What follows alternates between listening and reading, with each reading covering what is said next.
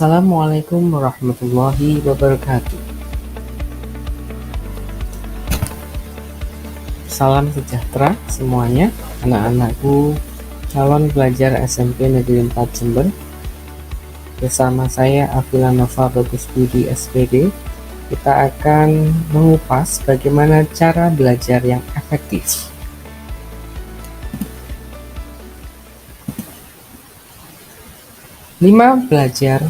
Cara belajar yang efektif. Yang pertama, mindset yang benar. Mindset yang benar, atau dalam bahasa yang mudah kita hafalkan atau mengerti, adalah niat yang benar. Niat yang benar ini akan mempengaruhi bagaimana proses belajar kalian nanti ke depan. Untuk menemukan niat dan memeriksa niat kalian sudah benar atau tidak, kamu perlu bertanya beberapa pertanyaan ke kalian sendiri. Kenapa kamu sekolah? Kenapa kamu belajar?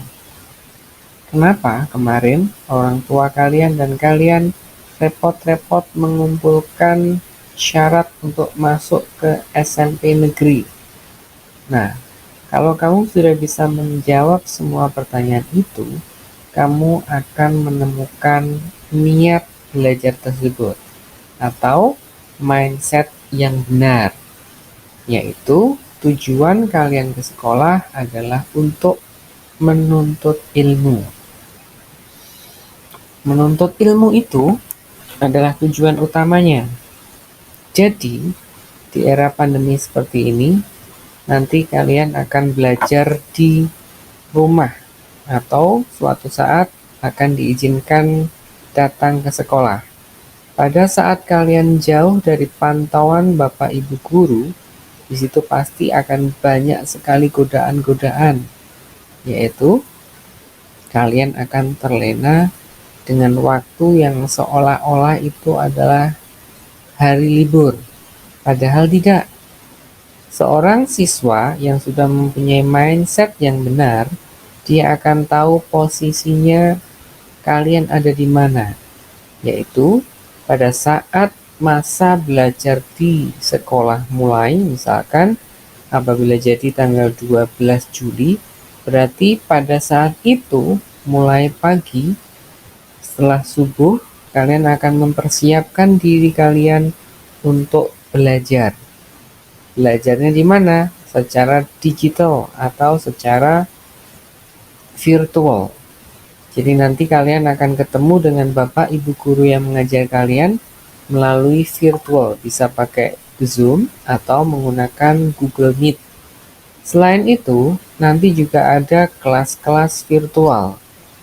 Jadi, kalian apabila mindsetnya benar atau niatnya sudah benar, nanti kalian tidak akan merasa bahwa 12 Juli itu masih liburan. Tidak seperti itu. Tetapi kamu sudah mengeset pikirannya, sudah meniatkan diri untuk belajar. Nah, meskipun tidak diawasi oleh Bapak Ibu guru, nanti kalian akan dibantu oleh orang tua kalian untuk diingatkan bahwa waktu-waktu belajar mulai jam 7 sampai jam 2 itu adalah waktu-waktu belajar kalian. Apabila waktu-waktu belajar itu kalian sudah selesai membaca, jadi inti dari belajar tadi sekali lagi tidak menyelesaikan tugas, tetapi adalah prosesnya yang penting. Kalian harus membaca materi-materi itu, selesai membaca, baru kerjakan tugas-tugasnya. Jadi bukan langsung mengerjakan tugas selesai, dikumpulkan, dapat nilai. Itu nanti yang namanya proses belajar tidak sesuai tahapannya.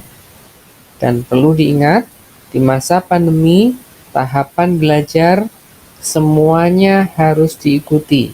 Itu kata Pak Menteri. Jadi anak yang dinyatakan lulus itu adalah anak yang menyelesaikan seluruh proses pembelajarannya. Jadi di era pandemi nanti mungkin ada kelas offline cuman beberapa kali kalian datang ke sekolah.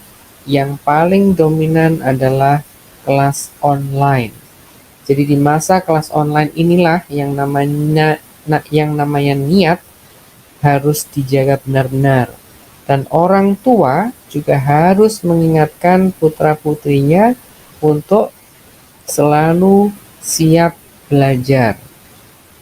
Jadi kalau di era pandemi ini, yang namanya sekolah, guru, orang tua, dan siswa harus senantiasa bekerja sama supaya proses belajar mengajarnya berlangsung dengan baik dan mencapai hasil yang benar.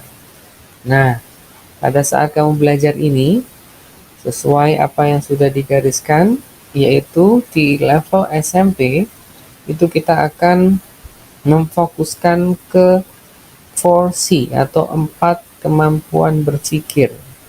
Jadi yang diasah adalah kemampuan berpikirnya. Oke. Masalah isi dari masing-masing pelajaran akan berbeda, tapi yang harus kita latih adalah kemampuan berpikir. Jadi 4C itu adalah kemampuan untuk berkolaborasi atau collaborative, kemudian kemampuan untuk berkomunikasi atau communication, kemampuan untuk critical thinking atau berpikir yang kritis, dan kreativitas atau creativity atau sering disebut sebagai 4C atau 4C. Kalau mindsetnya sudah benar, dipersiapkan segala sesuatunya sebelum belajar.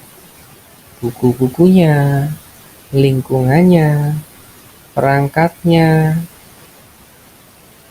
wifi-nya, dan lain sebagainya. Sehingga pada saat mindset atau niat sudah benar, maka kalian akan seperti spons dan juga gelas kosong. Bagaimana maksudnya? Kalian akan siap untuk menyerap segala ilmu yang dikucurkan oleh Bapak Ibu Guru, yang kalian browsing dari internet, dan lain sebagainya. Kalian akan seperti gelas kosong yang sudah menyiapkan diri kalian untuk dapat diisi dengan ilmu-ilmu yang bermanfaat. Awas, sebagai seorang siswa harus open-minded. Jadi membuka hati dan pikiran untuk dapat menerima ilmu-ilmu baru. Jangan sampai antipati. Ah, udah tahu itu. Ah, gak perlu ini, gampang. Ah, gurunya kurang menarik, dan lain sebagainya. Kalau hal ini terjadi, itu sama saja kalian memberi tutup pada gelas yang kosong tadi, sehingga ilmu yang akan diberikan oleh gurunya tidak akan bisa masuk ke dalam gelas, melainkan meluber kemana-mana. Hal ini menandakan bahwa niat dan hati kalian belum terbuka untuk menerima ilmu. Imam Malik pernah berkata kepada seorang pemuda, "Wahai anak saudaraku, belajarlah sopan santun sebelum kamu belajar ilmu." Jadi di situ menggambarkan bahwa adab itu penting, karena ilmu itu adalah nur atau cahaya. Jadi dia perlu keikhlasan untuk bisa masuk ke kalian. Jangan sampai menutup gelas tadi dengan kata-kata, dengan pikiran yang tidak baik. Nah, kalau sudah dapat ilmu, cerna dan olah informasi tersebut. Di sini tahap untuk berpikir kritis. No, kok seperti ini ya? Nah, itu berarti tandanya kalian sudah berpikir kritis. Sehingga kalau sudah muncul pertanyaan kalian seperti itu, cari informasi yang lain di internet atau di buku manapun yang bisa memuaskan rasa keinginan tahu kalian kalau sudah konfirmasi ke Bapak Ibu Guru. Dengan mindset dan niat yang benar akan menghasilkan belajar dengan benar. Yang kedua adalah guru yang benar. Jadi, kalian harus belajar ke guru yang benar. Guru yang benar adalah guru yang mengingatkan kamu apabila kamu melakukan hal yang tidak baik. Misalkan menyontek, gurunya kereng, kamu diingatkan, kemudian kamu pikir bahwa gurunya kejam. Nah, itu berarti guru itu yang benar, tetapi pikiran kalian yang kurang benar. Oleh karena itu, nanti di saat kalian belajar di SMP, akan banyak hal-hal yang akan kalian hadapi, masalah-masalah. Maka, carilah teman yang benar. Karena biasanya para remaja suka curhat ke temannya daripada ke orang tua atau gurunya. Padahal, ibarat kita tujuannya berjalan ke Surabaya, kalau umur kalian 12, kalian baru nyampe ke 12 km misalkan. Bapak, ibu guru, dan orang tua kalian sudah 40 tahun misalkan, mereka sudah nyampe ke 40 km di depan kalian. Jadi logikanya, kalau teman kalian baru sampai 12 atau 13, mereka belum tahu 30 km di depan sana, lubang-lubangnya seperti apa jalannya, tidak enak jalannya seperti apa, otomatis malah yang tahu jalan yang baik dan benar. Jadi, hati-hati untuk mendengarkan saran dari teman-teman kalian. Lebih baik silakan curhat ke orang tua dan guru kalian. Yang ketiga adalah waktu yang benar. Waktu yang benar tidak sama dengan sistem kebut semalam. Jadi misalkan besok ujian kenaikan kelas, baru hari ini kalian mulai belajar dari pagi sampai malam. Nah, itu tidak baik meskipun menyelesaikan masalah. Kalian akan keteteran di hari yang kedua karena sudah kecapean, tenaganya sudah habis. Jangan membiasakan the power of kepepet. Ada PR, diselesaikan baru pagi harinya. Jangan seperti itu, oke? Biasanya orang-orang atau teman-teman kalian melakukan hal seperti itu.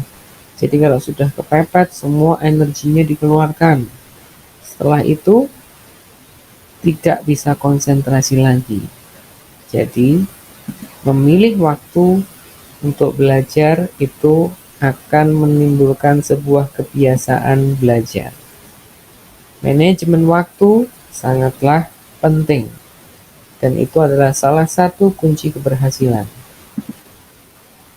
Misalkan kalian mandi setiap hari pagi, kalian hanya membutuhkan waktu 10 menit setiap pagi hari. Sehingga dalam 1 minggu kalian membutuhkan pagi hari hanya 70 menit. Apakah bisa diganti dengan mandi selama 2 jam di pagi hari, kemudian 6 hari berikutnya tidak mandi? Tidak. Pasti tidak nyaman. Jadi, di sini menggambarkan bahwa manajemen waktu dan belajar secara istiqomah dan berkelanjutan itu sangat membantu. Apalagi di era belajar online. Kalau nanti kalian mengerjakan tugas dan PR-nya itu ditunda-tunda, dalam 1 hari akan ada 4 atau 5 mata pelajaran ditunda 1 hari, berarti hari keduanya kalian akan mengerjakan 10 tugas. Itu sangat tidak baik dan akan membuat kalian keteteran di belakang hari. Jadi jangan sampai terjadi seperti itu. Ada tugas, langsung kerjakan sesuai jadwal yang ada. Kenali cara belajar yang benar sesuai dengan tipe kalian, apakah visual, auditory, atau kinestetik. Jadi visual itu orang yang mudah memahami dalam informasi berupa gambar, auditory itu mudah memahami apabila mendengar suara, kinestetik itu mudah memahami dengan gerakan dan lain sebagainya. Jadi silakan kenali tipe belajar mana yang kamu gampang untuk lakukan, maka lakukan dengan cara seperti itu. Yang kelima adalah lingkungan yang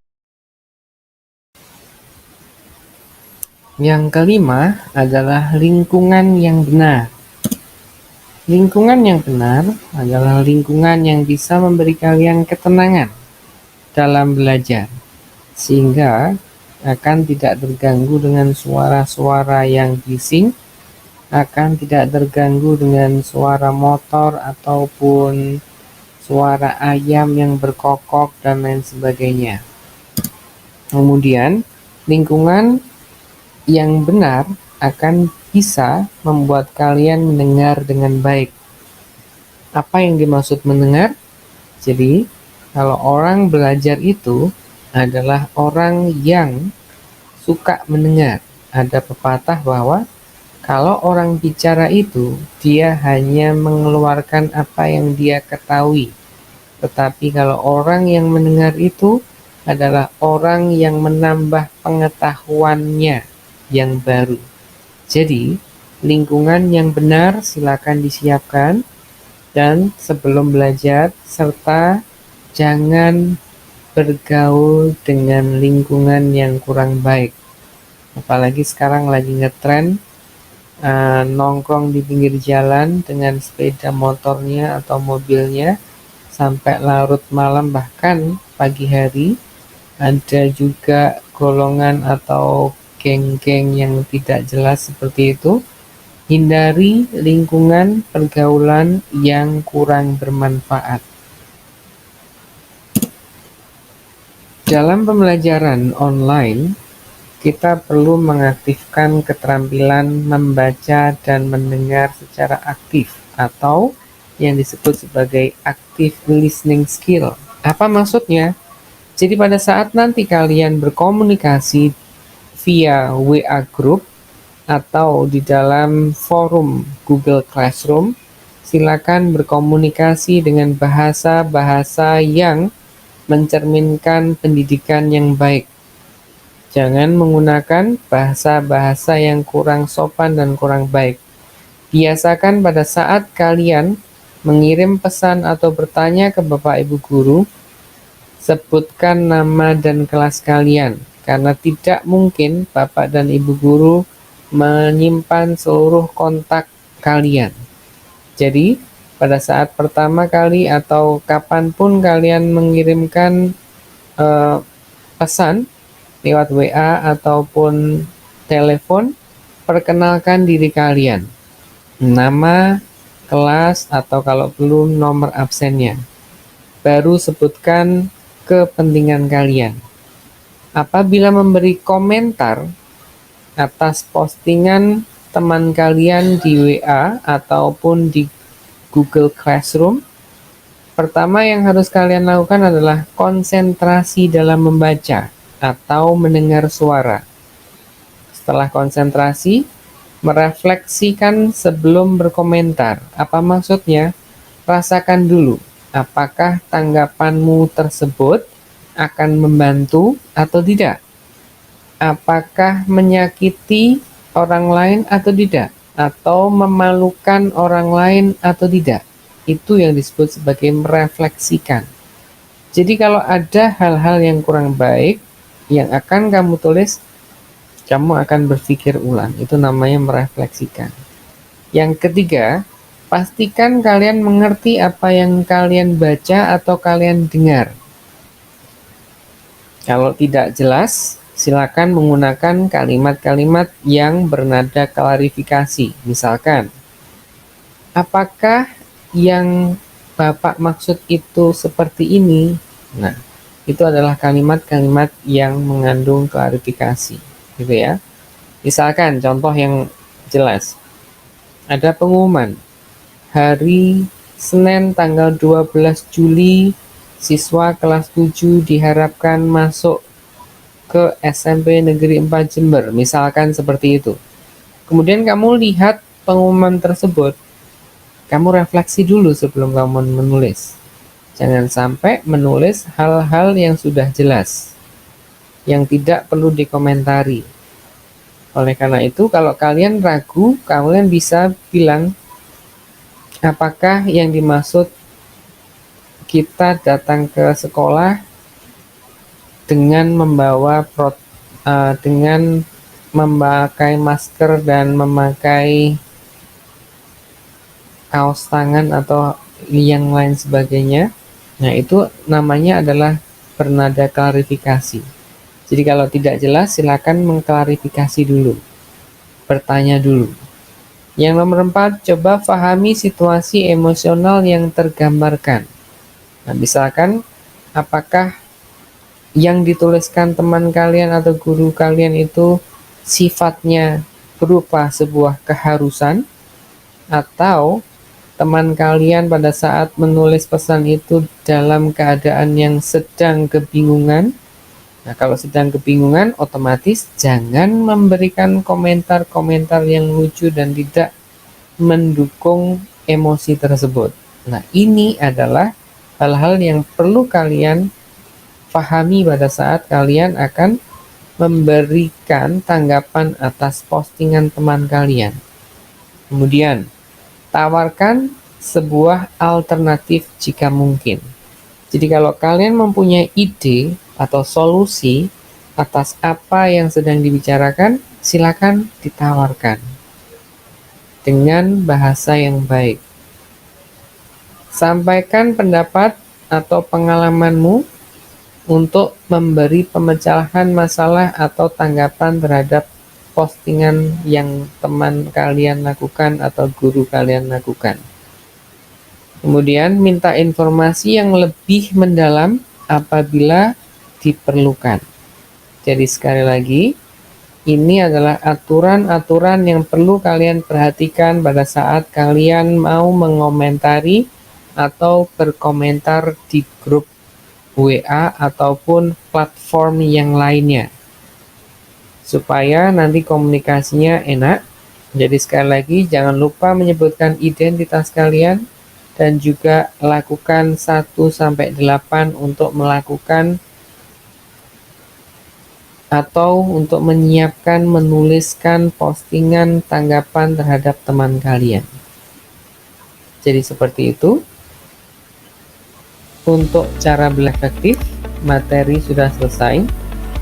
Kemudian berkaitan dengan itu, nanti silakan kalian belajar bagaimana caranya masuk ke platform yang akan kita gunakan adalah Google Classroom. Bagaimana caranya masuk dan mengirim pesan, mengirim tugas yang berupa dokumen, berupa foto dan video.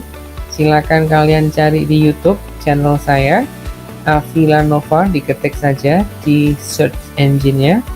Kemudian kalian klik cari tutorial cara lengkap masuk ke dan mengirim tugas di Google Classroom. Seperti itu. Sekian dari saya, jangan lupa di like dan subscribe ya. Semoga bermanfaat dan ilmunya akan membawa keberkahan buat kita semua, orang tua, dan seluruh Indonesia. Terima kasih atas perhatiannya. Assalamualaikum warahmatullahi wabarakatuh.